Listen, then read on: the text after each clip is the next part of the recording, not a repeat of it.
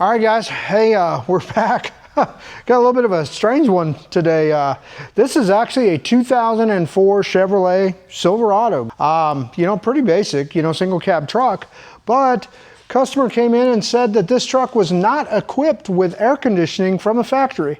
And I've been doing this a long time. I have never seen that. I thought air conditioning was pretty much standard for a long, long time, especially something as new as '04, right? 20 plus years old is new, but it is. So what he did was this customer had another shop retrofit, half factory, half aftermarket air conditioning system to this. So, if you look, guys, these are certainly not factory hoses, and we don't have a factory manifold assembly. The compressor looks like it literally could be factory standard. So, that is pretty cool. Of course, the engine, 4.3 liter, gives you the option to put the compressor right there. Then whoever did this had to run these aftermarket hoses. But the customer said it didn't have AC at all, so they had to run to an aftermarket condenser, and then of course over to what is far from a factory aftermarket receiver dryer. All right. Now, this truck from the factory would have had a newer style expansion valve, or quite possibly still even an orifice tube. This one, they've gone, this here really looks reminiscent of, like, say, an Old Man Air system or maybe vintage air. So it really looks like it's kind of a combination of something that was custom vintage air, parts for, Chevrolet hot rod. What they did inside the truck was put the factory blower box in it, and they put a factory AC controller in it. Now, it doesn't have an AC button. It's just got a rocker switch. But since the system has been replaced, the customers had nothing but trouble with it. He said the first system would freeze up continuously, work for maybe an hour, freeze up, stop working. The second system was leaking continuously. At least once a year they had to recharge the system. It wouldn't hold Freon. Had it repaired yet again by another shop. Now they're back to a situation where it seems to not only be leaking, but it is also freezing up. He's just at his wit's end, brought it to us. We're gonna see what we can figure out. All right, guys, so the Chevy that came in yesterday that's been retrofitted, the leak from this right here, the O-ring in this line had disintegrated. Whoever put this together used the wrong type of O-ring, and I believe it just got hot and melted. It came apart. So I've checked the rest of them. We were good. Went ahead and pressure tested the system. Everything checked out good. We don't have any leaks. So I went ahead and recharged it so we can get a baseline on our pressures. Sitting at idle, after the recharge, we've got a high side pressure of, 159, 160. But our low side, even at idle, this is the problem. This is what the customer is complaining about. They were talking about going down a road, this thing would freeze up. Then they'd have to shut it off, let it thaw. Well, we're already below the 32, guys, okay? We're already having an issue, and this is at idle.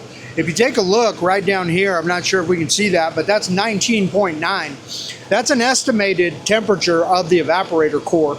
That thing cannot live below freezing for too long. Now, watch what happens if we rev this up, guys. We're gonna simulate like we're, just accelerating or going down a road a little bit. Watch that low side. Now, if we look right down here, you can see we're actually at 2.8 degrees. So in short period of time, we're gonna freeze that evaporator core.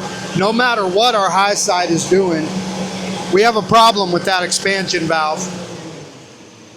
All right, so the problem lies right over here, guys. Right here, you see the laser. This is the expansion valve, okay? So we have high side pressure coming from here, down through the condenser, comes across our condenser, back out, okay? We come in over here to the receiver dryer, down through the receiver dryer, up, and in. This is our feed side of the evaporator core in the dash. Now inside of this, you can see this little whip here. This is effectively checking temperature. Inside of this valve, guys, there is a spring-loaded pintle. And depending on what this whip senses for temperature, there's a gelatin in here that moves our spring-loaded pintle back and forth. This is the feed side. This, you notice this big hose, and it's always this way, guys. Large hose is always going to be your return. The skinny hoses are the ones you don't want to touch. They're going to be your hot side hoses. But the larger hoses are always going to be return. So this is our return. There's our return port. This is where we're getting our gauge reading for this number. Okay. What we're seeing is positive 190 PSI. Then on the low side, pulling back out of this evaporator core is where we get that really low number, guys. The compressor is trying to pull the Freon that's being fed into this back out. This becomes an issue because here the compressor is doing its job, but the valve in here is stuck closed, guys, and we're not feeding enough Freon into the evaporator core. These used to be adjustable. Back in the day, they actually sold a part that right down here at the very bottom, right under here, used to be a spring-loaded adjustment. You could literally adjust these on the fly while the vehicle was running, which was awesome because we could just tune it to get the numbers we wanted, lock it in place, and call it good. They don't do that anymore. So what we're going to have to do now is evacuate it, recover the refrigerant, safe. We're going to have to be able to pull that apart and then adjust that. They are adjustable from the inside. Most. I will have to take a look at this one, but most of them literally do have a screw adjuster. They're not going to tell you that, guys. They don't want you to adjust them. They literally want to continue to sell you bad part after bad part after bad part. And I have replaced a multitude of these for the exact same issue, only to find inside there's a little tiny adjustment screw. You literally can back that thing up a little bit and increase our low side pressure and flow through the evaporator core. They don't want to tell you that, but the reality of it is it's there. About 95% of these guys are adjustable, especially this older style. Now the newer block style expansion valves, they're not adjustable, guys. But this is the older style brass. You know, you can see inlet, outlet port, okay? And of course, we have our temp probe here. So this is the older style. So when we're gonna go ahead and evacuate this, we'll pull it apart. Inside of here, there will be an adjustment screw. The problem with that, we have to evacuate and recharge the system every time we make an adjustment. That can get time consuming. It can also get expensive, considering, you know, if you don't have a way to recover and reuse your refrigerant, then effectively you're going to be recharging with virgin refrigerant every single time. So I typically, when I see this, I've been doing this long enough, I have a pretty good idea. Our baseline's about 18. We would really want it to be about 32 to 36 baseline at idle. Once everything settles in, I'm going to go a little bit larger with my adjustment, guys. I'll back that adjustment screw out a, you know, half turn, 3/4, maybe even a full turn. We'll put it back together and see where we land. If we land a little higher, 50 to 60, then I know I can bring her back in a 1/4 of a turn.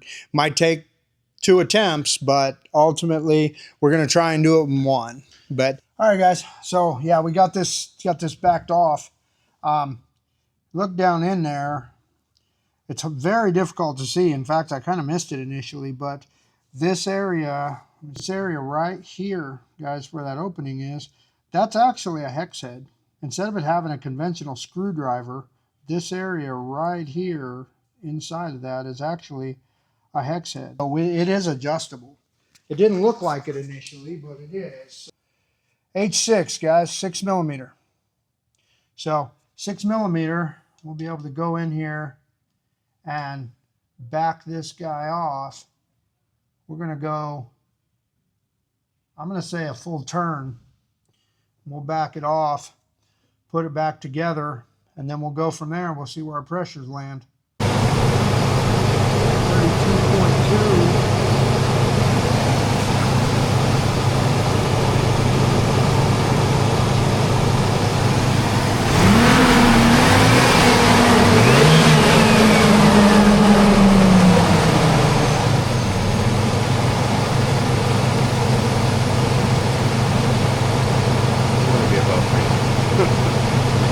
Yes. Now this being where the low side is, can show a little lower than what we actually may be having over here. This system really replicates kind of like what's in an RV. Gotcha.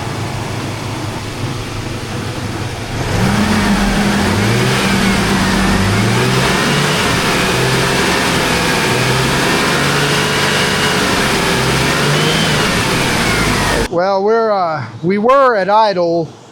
This was sitting at about 18. And we'd rev it up, it would take it way, way, way down. Now it's always going to pull down, and this is always going to boost. But what we want is this guy right here. Before we were at 2 degrees. Now we're 31.1.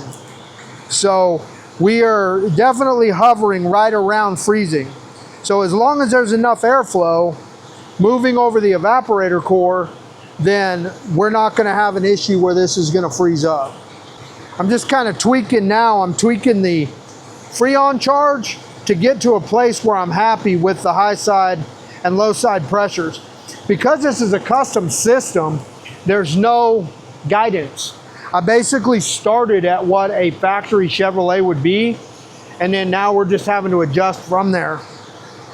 This one's got a different condenser, much larger fins, different design, longer hose set, smaller receiver dryer, but longer hose set. Looking at this, we're about 1,095 in grams.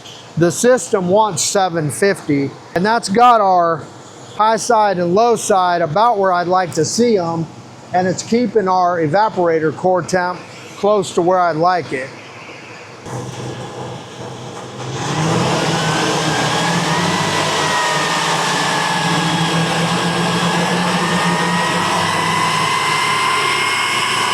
Still dropping too far, and it's not adjusting. Yep, not adjusting. Much better at idle, not any better otherwise. We're gonna have to get another expansion valve and probably flush this.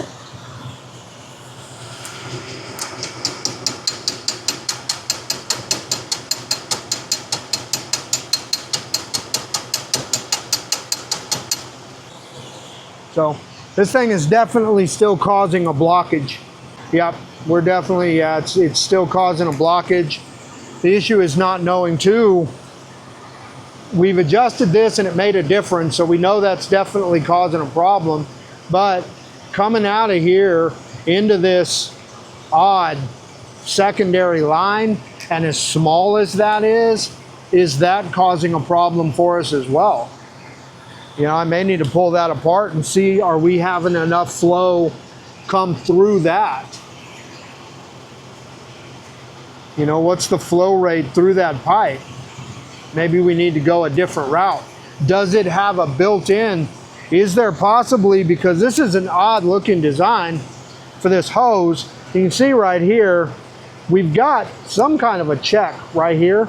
That makes me question, does this hose have maybe an orifice tube built into it? Huh. You see, if we have an orifice tube built in, there's no other reason for that check. There's zero reason for that, none.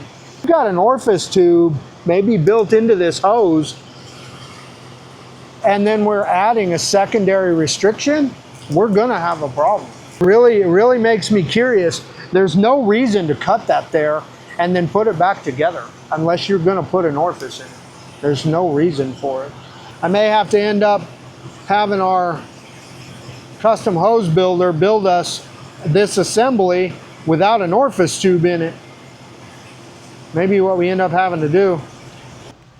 This guy right here is our expansion valve, okay? I actually had to pull this apart, change the format and sizing by, you know, drilling this out a little bit and changing up the pintle, okay? We really needed to open this up. This hose right here, guys, this silver hose is really acting as somewhat of a minor orifice. Once I did that, we've got our high side and low side pressures where they needed to be.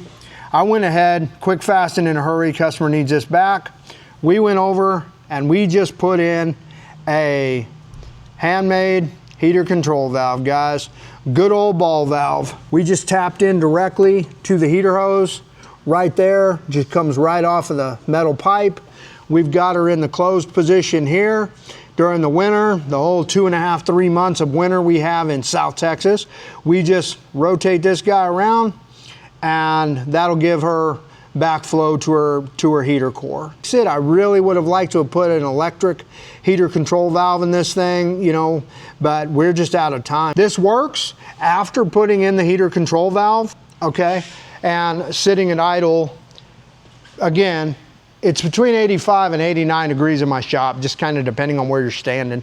After we were done, we had a vent temperature of 59 degrees, and off idle and driving, that temperature on the AC system in this thing plummets. It actually hovers around 48 to 52, and it's 89 degrees out here in the sun. Overall, guys, I mean, it turned out really good. Took some time, took some experimentation. You know, I had about 5.5 hours in this total of between fixing the leaks that we found right out of the gate. Somebody using incorrect O-rings, wrong material O-rings. A few of the O-rings in this system had really, guys, just kind of melted, went away. So fixed the leaks, pressure tested, made sure we were good, got that expansion valve drilled out and machined, made sure that it's working like it's supposed to. Added, you know, fresh oil and dye. Now they've got an AC system that is working, that'll keep up with this Texas heat.